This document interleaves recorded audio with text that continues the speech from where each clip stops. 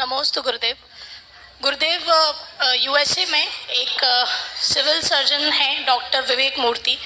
उन्होंने 148 रिसर्चों के द्वारा ये पाया कि अकेलापन एक दिन में 15 सिगरेट और 6 अल्कोहल ड्रिंक के जितना वो घातक होता है उतना घातक अकेलापन होता है।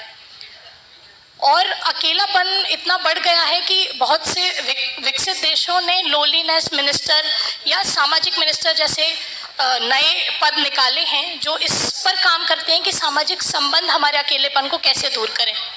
पर इसके विपरीत जो बढ़ता प्रचलन है कि जब आप किसी लक्ष्य की ओर हो या किसी जैसे उदाहरण के तौर पर कॉम्पिटिटिव एग्जाम, तो आपको अकेला रहना, एक कमरे में रहना और सभी सामाजिक संबंधों से इतनी दूरी रखना कि लोगों को आपके लक्ष्य का पता ना चले। तो ये दोनों बातें, और एक बात और कि जो एकांत में रहने का जो कॉन्सेप्ट है, तो जब हम एकांत तक ना पहुंच पाएं और अकेलेपन से निकल पाएं, उस बीच में हम कैसे पहुंचें? नमोस्तु गुरुदेव। बहुत अच्छा सवाल किया। आपके सवाल के 3 सिरे। सबसे पहले अकेलापन का अनुभव और अकेले रहने में अंतर समझो। अकेला होना और अकेलापन महसूस करना, और तीसरी बात है एकत्व की अनुभूति करना। ठीक है, अकेला, अकेलापन और एकत्व। आप जिस अकेलापन की बात कर रहे हैं वो भीड़ में अकेलेपन की बात है। बेटा घर से बाहर गया, पिताजी ट्रेन में बिठा के आए, बॉम्बे के आईआईटी में उसका सिलेक्शन हुआ, ट्रेन में बिठा के आए हैं और आने के बाद चेहरा बुझा बुझा। पूछा जा रहा है क्या बात है, आप इतने उदास क्यों हो? बच्चे को सीट तो मिल गई। बोले हाँ सीट तो मिल गई, ट्रेन में भीड़ भी बहुत थी, मैं बैठा तो आया पर डर लग रहा है। वो अकेला है और पहली बार बॉम्बे जा रहा है। मतलब क्या हुआ? ट्रेन में भीड़ है पर वह अकेला है। यानी भीड़ में अकेलापन का अनुभव तब होता है जब हमारे हृदय में परमुखापेक्षिता होती है, किसी से कोई अपेक्षा हो और वो हमें साथ न दे तो व्यक्ति अपने आप को अकेला, असहाय, लाचार सा अनुभव करता है। ये अकेलापन है। और जिस लोनलीनेस की बात आप कर रही हैं वो इसी का परिणाम है। एक बार एक अरबपति सज्जन ने मुझसे कहा, महाराज मेरे पास सब कुछ है पर मेरा कुछ नहीं, मेरा कोई नहीं। पीड़ा भरी आंखों से कहा, मेरे पास सब कुछ है, 2000 करोड़ का धनी। वो रोती आंखों से कह रहा है मेरे पास सब कुछ है पर मेरा कोई नहीं, मेरा कुछ नहीं। ये है अकेलापन।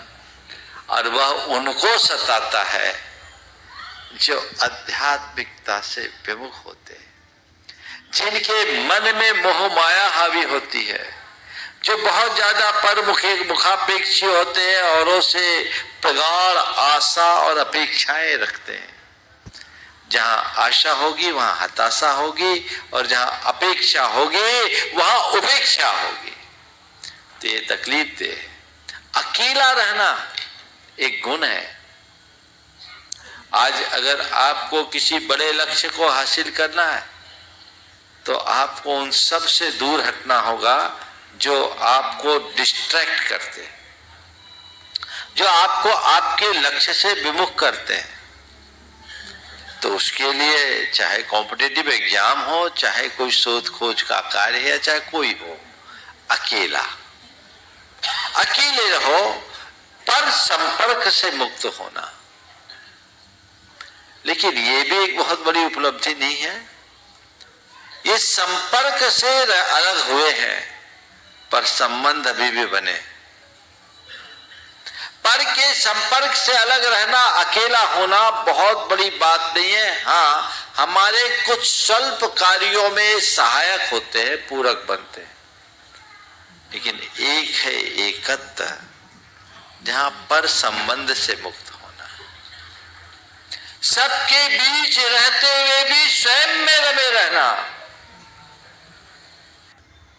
मेरा कोई नहीं है, ऐसी मायूसी भरी बात कहने की जगह मैं अकेला हूं, इसका अनुभव करना। मैं अकेला हूं, कोई मेरा साथ नहीं देता, ये आरोप लगाने की जगह कोई मेरा साथ दे नहीं सकता, इस अनुभूति का नाम एकत्व का अनुभव। साथ नहीं देता ये आरोप है, साथ दे नहीं सकता ये वास्तविकता है। उस वास्तविकता का जिन्हें अनुभव होता है, उनके जीवन का कायाकल्प हो जाता है। तो उस एकत्व की अनुभूति केवल अध्यात्म के बल पर होती है। जो अपनी आत्मा के चिरंतन स्वरूप को ठीक तरीके से समझते हैं, वे इस तीसरी भूमिका में रहते हैं, सबके साथ रहते हैं, स्वयं में रमते हैं। सबके बीच रहो, लेकिन इसे केवल एक संयोग मानो नदी नाव का। घिरे रहो परिवार से, पर ना भूलो विवेक। घिरे रहो परिवार से, पर न भूलो ना ये विवेक। आया एक का एक था, अंत एक का एक। बस ये चीज समझ लो, जीवन धन्य। नमोस्तुते।